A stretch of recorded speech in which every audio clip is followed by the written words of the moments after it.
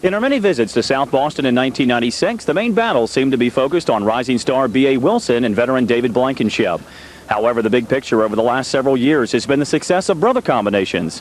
With names such as Burton and Sadler enjoying the rise to the Winston Cup and Busch Series respectively, a third set of brothers loom on the horizon. In the first two races of 97, Kevin and Wayne Grubb have taken their place as a new family regime. But several heavy hitters stand in their way in their quest for the big time. Tonight, the road to Charlotte stops at South Boston.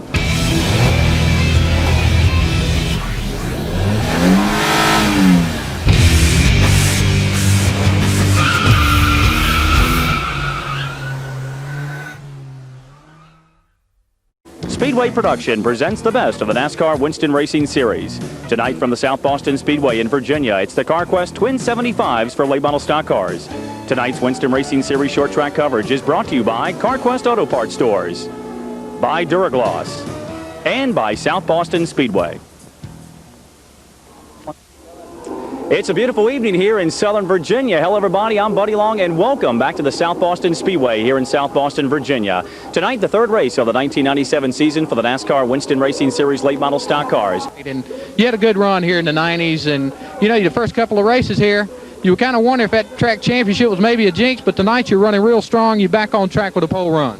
Well, you know, before qualifying there, we didn't think we were back on track. You know, it just felt like the same car we had ran every race here so far, and just an average car. And for some reason, we got a good lap out of it there. And you know, it's just got to be one of them nights we got to put 75 of them together, and that's the key tonight, is go out there and stay clean for that first race, and hopefully get you a good finish so you can run that in the second. Three drivers getting underneath of that magical 16 flat mark, and on the pole, the defending track champion out of Glen Allen, Virginia, car number 81, the ICSE Control System Chevrolet of B.A. Wilson. Next to him, the two-time winner so far this season out of Mechanicsville, Virginia, the Bullets Pontiac, car number 55 of Kevin Grubb. Inside of row number 2, he's a former champion as well, car number 3, the Tom's Mini Mart, Pit Stop Auto Sales Pontiac, that's David Blankenship. And next to him, car number 1, the unsponsored Chevrolet of Frank Daney Jr. Taking you back to row number 3, starting in 5th position, one of the many drivers that has changed rides in the offseason, that K95 machine, the 3 stores, 1 roof Chevy of Bubba Urban Jr., had many good runs down here in his own car last season. We'll look for good things from him this evening. The outside of row number 3, starting 6th, car number 85 of Rodney Sawyer, is one of the regulars here at the Speedway, driving the D&H Contractor Chevy. Back in row number 4, starting 7th, the other half of that Grubb combination, and a one-time winner in 97 in the Link Belt Pontiac, the number 4 of Wayne Grubb. And on the outside, starting 8th, driving car number 28, the Mike's Plumbing Ford, being powered by Greg Davis. Going now to row number 5, on the inside, car number 92, the Retalix Auto Parts Pontiac, that's Chris Evans. And next to Chris in car number 2, the Sherwin-Williams KFC Pontiac out of Cluster Springs, Virginia, and that's Danny Willis. Going to row number 6 on the inside in car number 12, that's Jerry Wayne Vaughn. He picked up a feature win here last season. Dr. Dave's Engines Pontiac, car number 12. And on the outside of row number 6, car number 8, that's Steve Stallings, the Parrish Foreign Auto Exchange Pontiac, car number 8. Taking you back to row number 7, starting 13th in car number 90, also a new ride for this driver this year, Shane Lockhart in the Reliable Communications Chevrolet. The outside of row number 7 to one of the rookies in the field. He'll start 14th in car number 7 in the People's Department Store Chevy. The engines have been fired on pit road as we take you back into row number 8. 15th on the field, a former 4-cylinder driver now making his living in the late model stock cars in car number 41, the Tri-State Chevy of Tyler McRae. And on the outside, back in 16th in car number 97, the unsponsored Chevrolet of Kevin Johnson. Row number 9 on the inside, one of the true veterans of this division out of Durham, North Carolina. He'll be in the 04 car tonight, the Libby Hill Seafood Chevrolet, that's Jay Fogelman. And outside of Jay, in the car number 91, the latest driver to put on the driving suit for Rick Hendrick, the Rick Hendrick Chevrolet sponsored car number 91 of Jimmy Johnson. Row number 10 on the inside, car number 11, the third generation driver, the Hesco Hendrick Performance Chevrolet, car number 11, Chuck Hendrick. And on the outside, a second-generation driver, the Motor Circuit Chevrolet, car number 59, Kenny Cagle. Seems like every time I get my choice for a row, it's a driver in a brand-new car as we go back to the 21st starting spot, the 01 machine of Frank Denny Jr. out of Mechanicsville, Virginia, that unsponsored Chevrolet. And on the outside in 22nd, the number 36 car of Rob Ziegler, the Adco Graphics Chevrolet. 23rd tonight, the number 20 car of Matt Williams of the Ucrops Energizer Pontiac. Starting 24th, Doki Bagby, and car number 14, the Pit Stop Auto Sales Chevrolet. Rounding out the field in 25th spot, the 02 of Dennis Gardner. He'll be in the Country Kitchen Pontiac. Turn number 4, at the very last second, the pace car will dip down to the pits, and they will wait till they almost get to the start-finish line before they get up through the gearbox and head it off into turn number 1.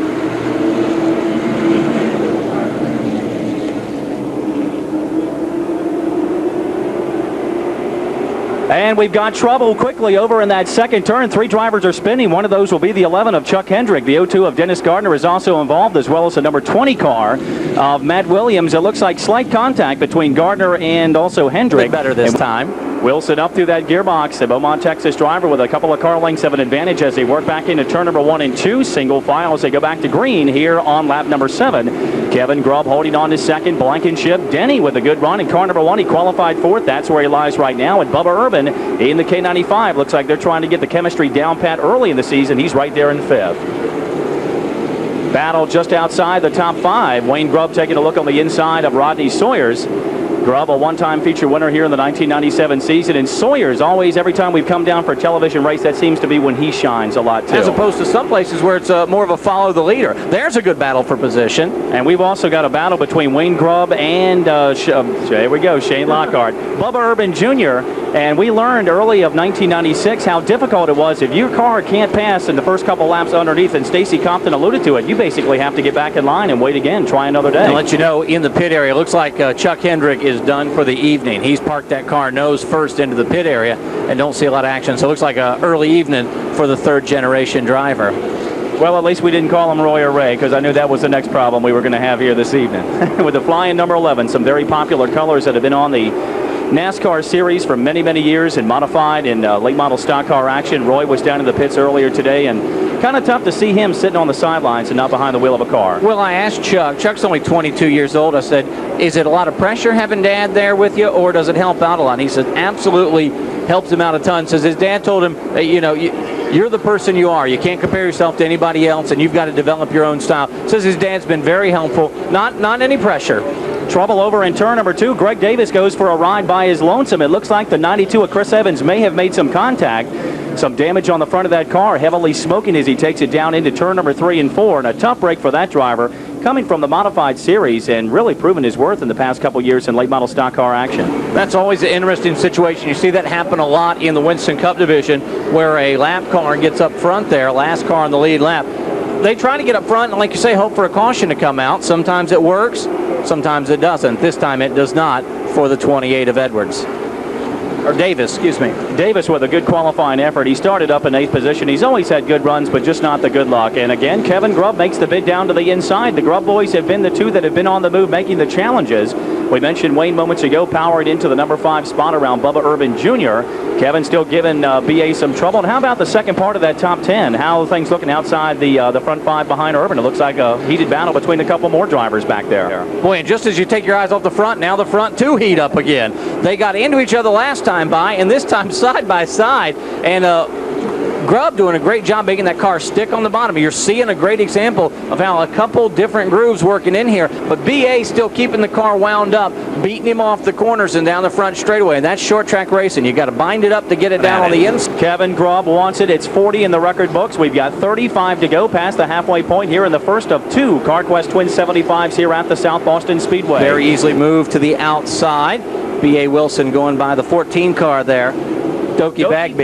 Yes. That's a handle. I want you to know, I saw the spelling of that name, and I checked with some of the other drivers to get the proper pronunciation of Doki.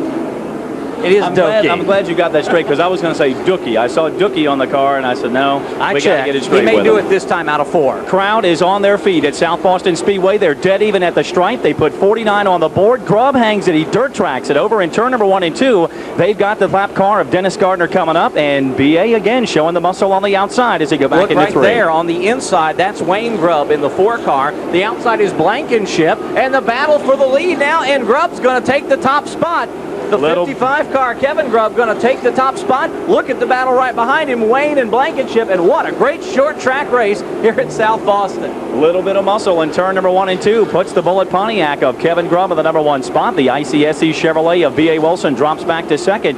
Wayne Grubb We'll now move around Blankenship and into the number 3 spot in the battle brewing now I for guarantee you 5th. Kevin Grubb could come up with something to run if he's invited down. It's a neat deal and a good way for these guys to step up and get some attention. He is leaving BA on this restart. I mean, just a car length, but in this race, a car length is a lot. Two guys having a great race tonight. Right there, you see Bub Urban Jr. get a little sideways in that K95 car, but he and Frank Daney Jr. in the 1 have had a great race, and action again, the battle for second place. Once again, it's just enough muscle by Wayne Grubb to get B.A. Wilson up in the higher groove. They'll touch again in turn number 3 and 4. Again, the crowd is on their feet. This time, it's the battle for second. 66 laps are on the board on that quarter panel. Driver we've not mentioned tonight, Danny Willis, started back in 10th place. He's up to 7th. That's at car number 2, the Sherwin-Williams KFC car. He's usually a real competitor here, but been kind of quiet so far in this first 75 lapper. Another driver that people expect to see up front, but I think he's really happy, is David Blankenship. That's a brand new car and a brand new setup for him this year, and he has really been out to lunch struggling trying to get that combination set as we get up through the gearbox and get back to green here at lap number 72. And again, Kevin Grubb with a good jump on the restart, give him a couple of car lengths, and quickly Wayne Grubb pulls right up to the rear decklet of B.A. Wilson. That is a fabulous restart. To have that type of lead going up the back straightaway, as tight as these cars are, that is super. That's a lot of horsepower as they're getting 2 to go this time by. Freight train style down into turn number 1 and 2. It's Grubb, Wilson, Grubb, Blankenship, and Denny, with Bubba Urban, Danny Willis, Rodney Sawyers, Jerry Wayne Vaughn, and Steve Stallings, your top 10. One driver spinning almost identically, and this has really been a trouble spot for Matt Williams, a driver of car number 20 for the 3rd time tonight. It's almost a mirror image of what we've seen. Over in turn number 2, we'll stay with the white flag as Williams was able to get into the back pit stall, and we're coming back for the checkered flag. A tough break for Williams as he'll try to come back out on the track and finish. Kevin Grubb takes his 2nd of the 1997 season and the 1st of the CarQuest Auto Parts Twin 75s here at South Boston. Let's head down on pit road or right on the start-finish line to John Evans, who's got some words with our feature winner tonight.